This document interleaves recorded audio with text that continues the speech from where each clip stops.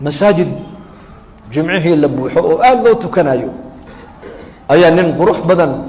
أو در آذو قروح بدن ستة أيا صفقه ركوتو كذي وكسوا كعي علماء دي بقوي مدي وحبودك تأوجش يا جاي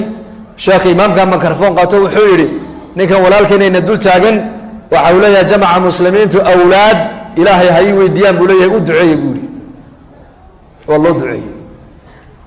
ما شاء الله هذانا جمعيه كانوا سوكعي دعادي بو شيكتي والله دعي هذانا جمعيه سدعاد بو سوكعي دعادي بو شيكتي والله دعي نين علماء كمدا فكري او ياري سو فريسبيلو وحور امس دمر غورستي بو كيدي markaas ilmo buu guursanba hadiisaasi ma soconaysa ducadaasi majmacaadan ee awliyadii culimada u badan u duceeyeen ilma ma ku helaya limaada muxuu weelay bal sheeg khilaaf sunna sunnadii ilaahiyadii buu khilaafsan yahay dariiqadii loo maray saxda ma marin marka uu soo kacay hay'adiisa quruxdiisa waxa la moodayaa nin afar dumar leh oo wali u badnaan ku tixin laakiin markuu yiri maba guursanba ayaa la yiri war number ba ka qaldane horta soo guurso horta numberkaas ka soo sax numberka ilaahay bari tayib hadana jamcihi kale soo kacay ninkii xaaladiisa ogaay xawaasha ka qaadayba ayaa yiri war naga fariis wariyaa intuu imaam meeshii buu fariisiyay culamadii baa ku tiri war waa ninkii ducada doonaya khayrka badnaa duca doonkii maxaad u fariisisay baa laga yiri markaasuu yiri war number ba ka qaldan buu ninka maskaxdu wax ka yar qaba saad ku garatayo dama bu guursan buu yiri eega kulligeen dadka maanta muslimiintu in muslimiintu a'azza an-nas dadka adduunyada ugu sharaf badan inay noqdaan ma jecelahay mise ma jeclin balki jecelo gacanta taag laakiin dariiqii muslimku aziz ku noqonayay inaan qaadno diyaar ma unahay uma nihin bisada iyo jiirka maxaa ka dhaxeeya is-aragu ma ka dhaxeeya soo ma jiirkii baa isku yimiday way tashadeen waxay yidhahdeen habeen walba bisadii 10 20 waa la nadhameeyey seen u badbaadnaa ka tala bixiya jiir baa yidhi markaa ra'yi fiican buu soo jeediyo wuxuu yidhi waa mithaal yani koortan awrta la suro soo ma taqaanaan jaras geela la suro hal la qaado oo bisada qoorteeda la soo suro buu si markay soo socoto shanqadha loo maqlo dadna looga dhuunto markaas jiirkii oo dhan baa yidhi wallahi fikradaas waa fikrad fiican tala fiican buu soo jeediyey waan isku raacnay marka jiirka sheekhoogii ugu weynaa baa yidhi waa hagaaga ayaa soo suraya buu soo saamaynta nabiga musalliya dad muslimiinta oo dhan maanta inay diinta dhageystaan inay diintu nolosheena ka muuqato inay muslimiintu a'azza an-nas inay noqdaan inay waan jecelahay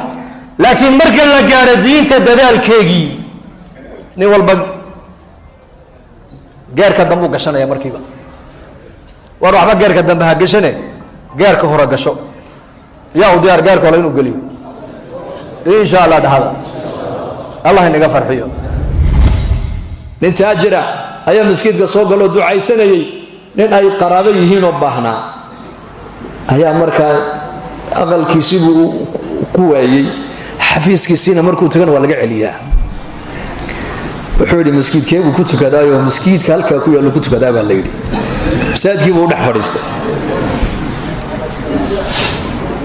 markaa dee ninkii taajirkii dad muxsiniinaas ka jiro ilaahay ku xidhan moogtahay oo ilaahay cilaaqa la leh iska alla barya markaas kiina albaabka intuu ka baxay buu dibaddu ku sugayaa ilaa dhinacu ka soo galay buu arkayay markaasuu wareegaayo markaasuu arka ninkuu ducaysanaya haddana uu wareegaayo ninkuu wali ducaysanayo salaad sunna intuu tukado iska alla baryaaya markuu ka soo baxay buu ku yidhi baahida adigu ku hayseed la alla barya maxay tahay buu ku yidhi annaka yahayd buu yidhi inaan meelahan ku baryootanne adigu waad haysataa ee maxaad gacmaha la taagtaagi maanakaad nagaga dhumanaysaa meesha soo bax buu ya allah ya muslim taajirku ilaahay buu u baahan yahay miskiinkuna ilaahay buu u baahan yahay madaxdu ilaahay bay u baahan yihiin dhallinyaradu ilaahay bay u baahan yihiin shucuubtu ilaahay bay u baahan tahay ilaahay bini aadamku lamxata cayn kama marmi karaan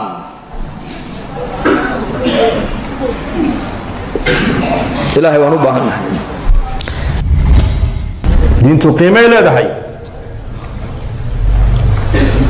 shayga qiimaha leh waxaa lagu gartaa markaad adigu aad waxa qiimaha agtaadana aad gashatid oday baa inankiisu ku yidhi aabba intaa oo sanaan masaariif ku siinaye bal maanta 1,000 shilin aabba ii keen buu ku yidhi 1,000 shilin dhididkaagaan rabaa inaan cune ku yaroo ciyaal magaalo weligii shaqo aan arkin aqalka hooyadii ku koray oo dhinaca baan u dhaafin markaasuu u tagay baa la yidhi hooyadii buu ku yidhi hooya 1,000 shilin siiyo maxaad ka dhigayo anaa u baahan hooyaysi way siisay odaygii aabihii buu u geeyey intuu nin lacagta soo shaqeeyay iska dhigay buu aabbo waatan lacagtii hoo uu ka qaado dab hortiisa ka baxayay buu 1,000 shilin ku tuuray odaygii markaasuu weliba inankiisiiba hoosta ka yar eego saasuu eegay markaasuu haddana 10 maalmood kadib buu ka yidhi bal beri toolana waan 1,000 shilin aabba waan kaa rabaa fariid baaba tahay adigu ye shaqadaaba taqaanaa 1,000 shilin ii keen hooyadun buu ku yar wareego hooyo lacag siiyo maxaad ka dhigay oo way siisay hooyo moogta hooyo macaan uu keeno uu ka qaado dabkii uu haddana ku tuuray kiina bul maalin muddo kadib uu haddana yidhi bal maantana aabbo fariid baaba noqotee uu tago hooyo 1,000 shilin siiyo war lacagta beriyahan aad iga gurto horta halkeed geysaa way runta ma kuu sheega ahaa aabba igu yidhi ii soo shaqee anu shaqa ma garanaye isagaan markaa u geeyaa 1,000 shilin oo muxuu ka dhigaa odaygu lacagta wallaahi dab hortiisa ka baxayo buu ku tuuraa isaguna markaasay ku tiri war lacag la gubo anigu ma hayee hore magaalada u galo odayga waa mithaal yani mithaal xataa tafhamu shaqo tagay dad markaa wuxuu arkay niman aqal dhisaya uu arkay u waraysto maalintii imsaad soo shaqaysaayo caynkaasoo 1,000 shilino uu la shaqo tago adu wuxuu hawl soo qabanayba uu soo qabtay lacagtii hore lacagtan ma isku qiimaa markaa uu keenay odaygii aabbo hoo markaasuu yidhi weliba hadal buu raaciyo wuxuu yidhi aabbo lacagta dabka ka ilaali dee nabiga ku sallaya markaasuu yidhi oo maxaa ku jaban buu yidhi haddaan ku tuura kuwii horeba soonigii gubayey ma may aabbo tani tii hore way ka duwan tahay tan hee tan waa dhidid baa ku baxay buu yidhi waxaan u soo qaatay maalkaas shaygan marka uu maal iyo wakti iyo caqli iyo dadaal iyo ragnimo ay kaa gasho ayaa qiimihiisa la gartaa kuwa maalin qayilayo iska barjeynaya waa kan jamaacadadu dadkay ziyaartaan ma ogtahay ayaan u gallay si fiican bay noo soo dhaweeyeenoo BBC iyo raadiyoogina way baktiyeenoo wayna dhegaysteen markaan u yar dhammaynay wacdigii een idhi dee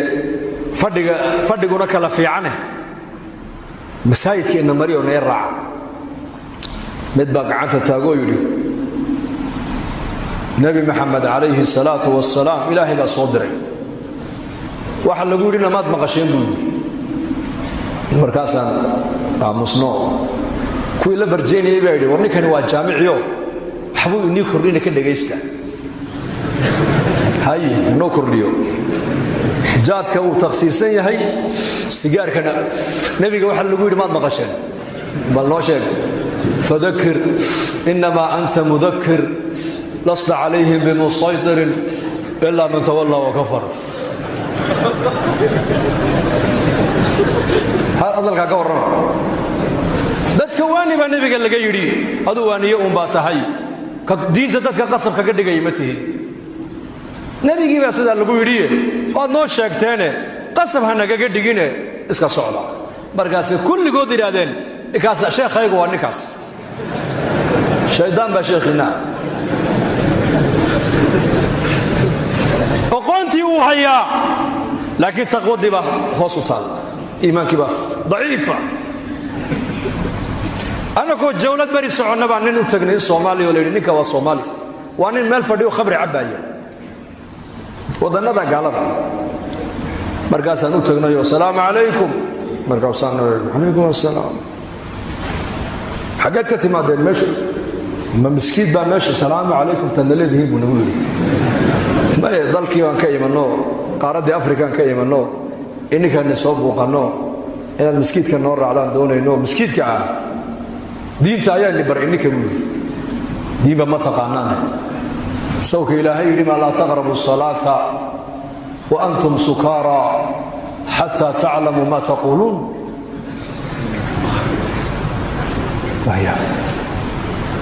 nisakhraana oo aayaddu daliilinaya eg macluumaadka uu hayaa laakiin yaqiintii iyo iimaankii baa daciifa markaasaan ku nidhi laa baas na raac sidaa nagu raac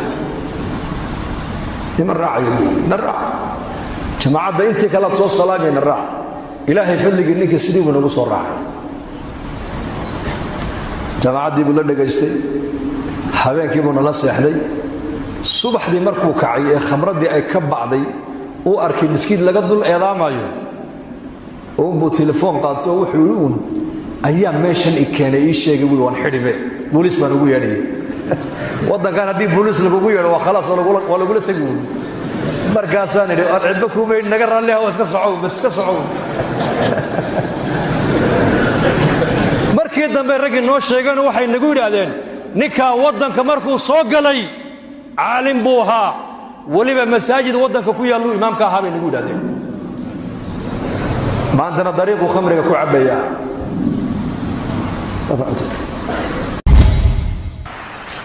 waxaan xasuustaa maalin sanadkii horaan u malaynaya bishii November bisheedii diyaarad baan ka raacnay Djibouti waxaan u soconnaa Addis Ababa Ethiopia Airlines maalmaha diyaaradda raaci doono muddo 5 bilood laga joogana diyaarad baa ku dhacday Ethiopia dhexdeeda 150 qof ay ku beeshay waad maqashay ma malayn ya 130 dar dhabayna la fadhiisatay dad baa naga raacay dadna hadana safarkii baa sii wadanay ilaa Addis markay u dhawaato waxay gashay roob iyo buuro waana meelihii diyaaraddu ay ku dhacday ugu way girirtay markaa kursigan aan u fadhiyaa kitaab quraan aan iska akhrisanaya halkaana culimo kala fadhida halkana nin daadiisa ku qiyaasay 60 jir oo aan muslim ahayn oo gaal ah oo xabashi ay fadhiya diyaaradii way girirtay markaa quraankan iska akhrisanaya lugtaydii buu qabsaday naxdin daraadeed markaas aan ku yiri laa ilaaha illa allah markaas uu yiri igu celi way girirtay hadana diyaaradii oo naxay aniga hadana ay qabsaday markaa baan laa ilaaha illa allah markaas laa ilaaha illa allah subhanallah dhageysta musa ajiib wallahi waa qisa ajiiba markaasaan ayaan ku iri maxaad la cabsoon baan ku iri odayadaaba hamay cabsoon odayada marka aniga la socday niman culimo reer Djibouti bay ahaayeenoo ijtimaac ka dhacay Addis Ababa ayaan u soconaa way iska hurdaniyo ku markaa kursiga dusheeda iska quurinayaan markaasaan ku iri kuwa hamay cabsoonayaan adoo maxaa la cabsoon wuxuu yiri kuwaasi way shaqaysteen anu ma shaqaysan buu yiri kuwaasi waa muslimiin way shaqaysteen buu yiri ma cabsoonayaan anu laakiin ma shaqaysan buu yiri adduunkan aan khamri ku cabaa fisq iyo fujuur iyo balaayo iyo macsiyaan ku jira maxaa markaa wuxuu yiri anu islaam baan u baahanahay buu islaam inaan islaamaan doonayaa buu yiri hadalkii haddana socday girirta diyaaradii markaas haddana lugtii qabsaday war isiida laa ilaaha illa allah markaas iga dabeeyo laa ilaaha illa allah diyaaradii markay nala fadhiisatay baan fursad baan helay waan ka faa'iideystay waxaan ka yiri waa inaad islaamtaa wuxuu yiri islaamnimadu bariyahan oo dhan maskaxdayda ku dhex guuraysaa buu yiri waanan arkay buu yiri dadka muslimiintu dad wax weyn aaminsan inay yihiin waan arkay buu yiri rag badan oo ganacsato muslimiinana saaxiib aan lahayn buu yiri marka ii soo duceeyay buu yiri culimadana igu sheegay ii soo duceeyaan anna ballan waan islaamaya buu yiri hadalku halka noo mareen marka ayaa la soo dhaadhaca waxaan xasuustay marka aayadaas وإذا ركبوا في الفلك dacwu llaha mukhlisiina lahu ddiin falama najaahum ila albari idaa hum xaalad adag markay ku timaada baa ilahay yidhi kuwa gaalada xaggay u soo ordaan xagga ilaahay. tal qisaan inii sheegi niman caddaana oo dalxiistayaal ah xeeb bay marayeen, meel xeeb ah.